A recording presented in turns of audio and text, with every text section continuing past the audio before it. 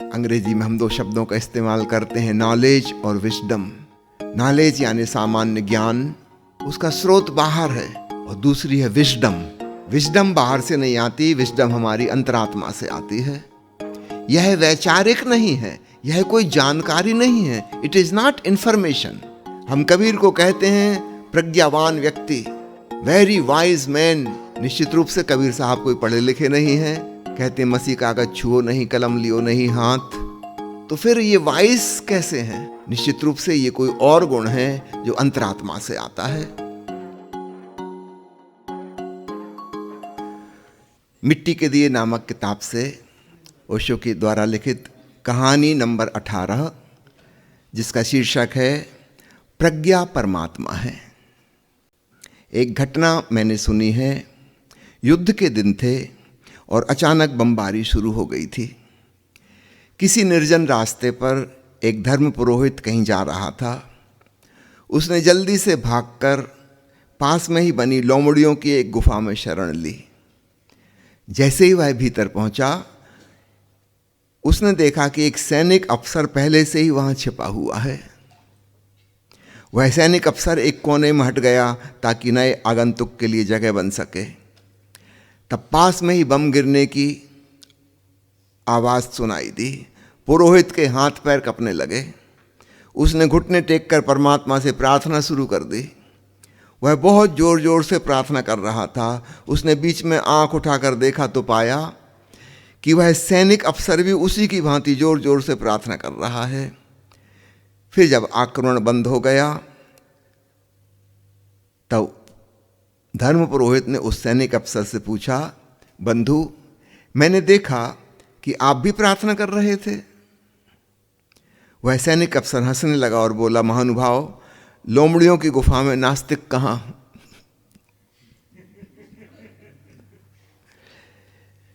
क्या तुम भी तो भय के कारण ही भगवान की खोज नहीं कर रहे हो? क्या तुम्हारी प्रार्थनाएं भी तो भय पर ही आधारित नहीं हैं? स्मरण रहे कि भय पर प्रतिष्ठित धर्म सत्य धर्म नहीं है। मैं भयभीत आस्तिक की बजाय भय शून्य नास्तिक को ही ज़्यादा पसंद करता हूँ, क्योंकि भय से भगवान तक पहुँचना असंभव है।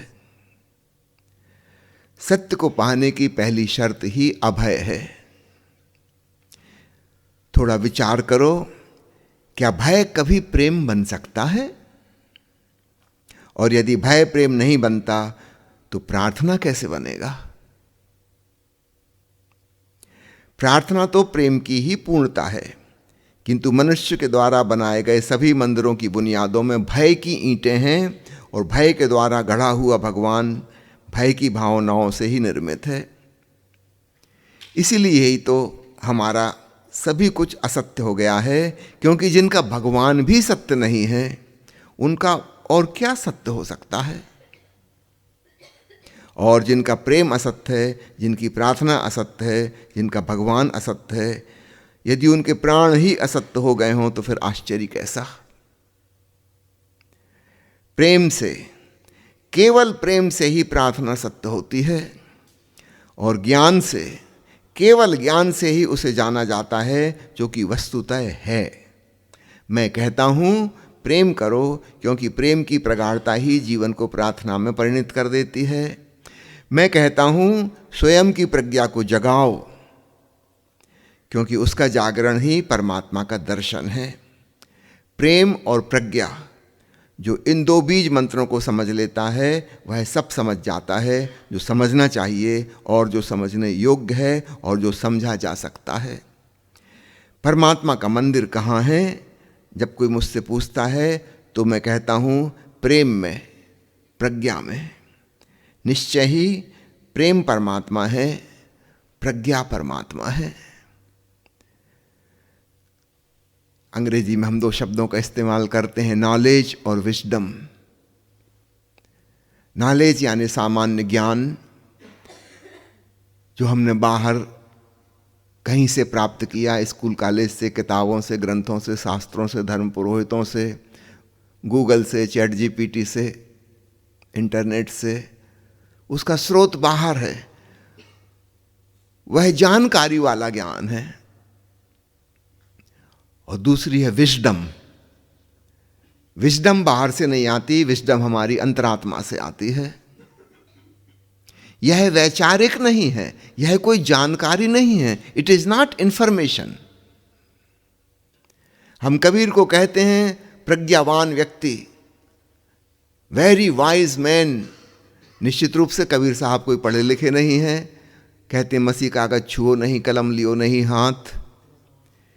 इनको तो साधारण भाषा भी नहीं आती, विचित्र सी सदुक्कड़ी भाषा हम उसको कहते हैं, उसमें उन्होंने अपने दोहे लिखे हैं। उसमें कुछ तो बिल्कुल मनगढ़ंत शब्द हैं। कबीर साहब भी गजब हैं, वो फिक्र ही नहीं करते पंडिताई की, वो भाषा की, वो व्याकरण की। वो खुद ही शब्द गढ़ लेते हैं, खुद ही उसका अर्थ कर देते हैं। उनको तो जानकारी नहीं है।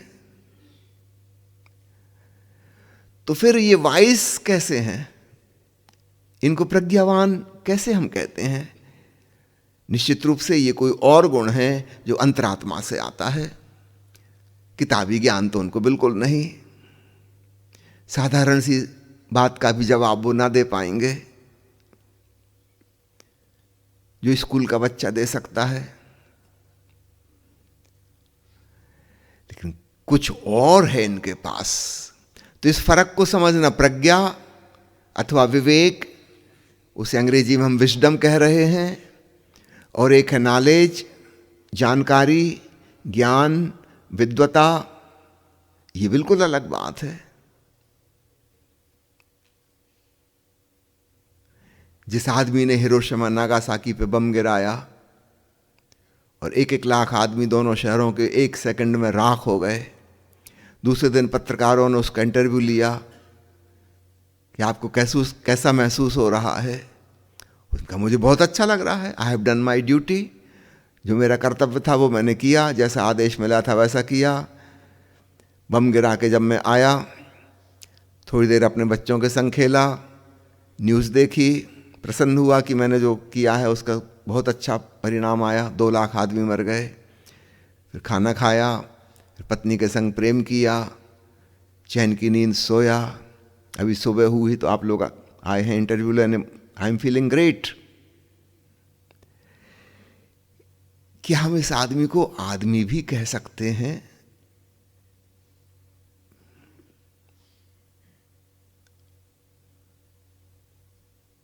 ज्ञानी तो बहुत है।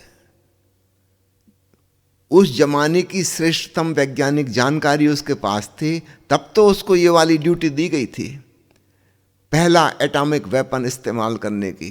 बड़ा जानकार रहा होगा।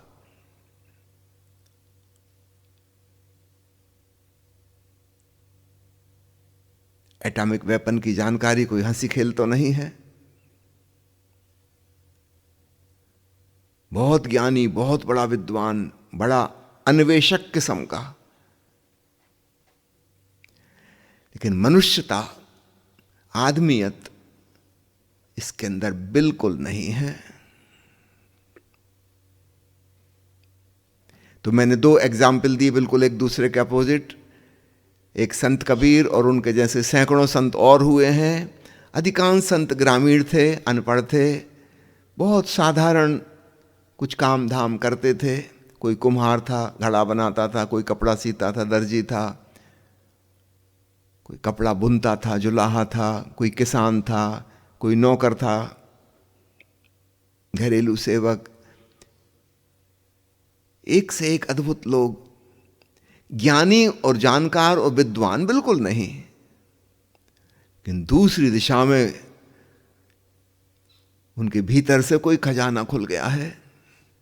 तो नॉलेज और विजडम का भेद समझिएगा। अक्सर आप पाएंगे उल्टा, वो जो नॉलेजेबल पर्सन है, he is not wise, he is otherwise. और अक्सर वह व्यक्ति जो विवेकपूर्ण है, प्रज्ञावान है, हो सकता है वो नॉलेजेबल ना हो। यदा कदा कभी विरल संयोग मिलता है कि कोई व्यक्ति बाहर की दुनिया के बारे में भी बहुत जानकारी है उसके पास, बड़ा विद्वान है, तर्कशील है, चिंतन मनन पूर्ण है और भीतर विजडम का खजाना भी उसका खुला है। ये एक रेयर कॉम्बिनेशन है।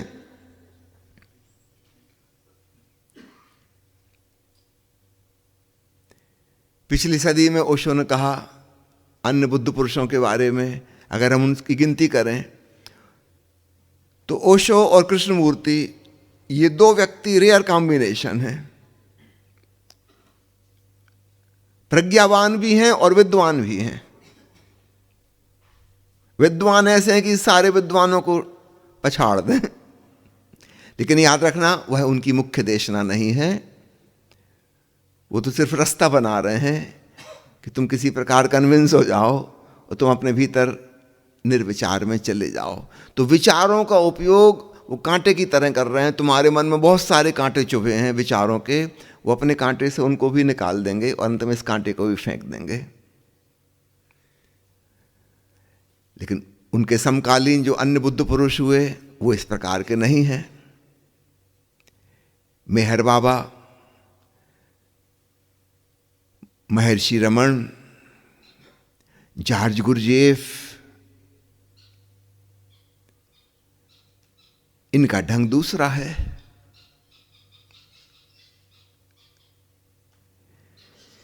इसलिए इनकी पहुंच बुद्धिजीवी वर्ग तक नहीं हो सकती। कि बुद्धिजीवी तभी कोई चीज को मानता है जब कोई उसकी बुद्धि को परास्त कर सके। रमण महर्षि के पास भी लोग आए, लेकिन वे बहुत साधारण जन थे, सामान्य ग्रामीण लोग थे अधिकांश।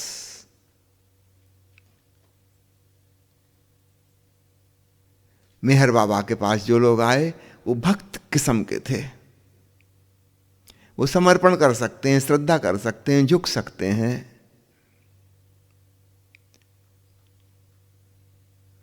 तो याद रखिएगा, विद्वान और प्रज्ञावान एक साथ होना एक रेयर कॉम्बिनेशन है।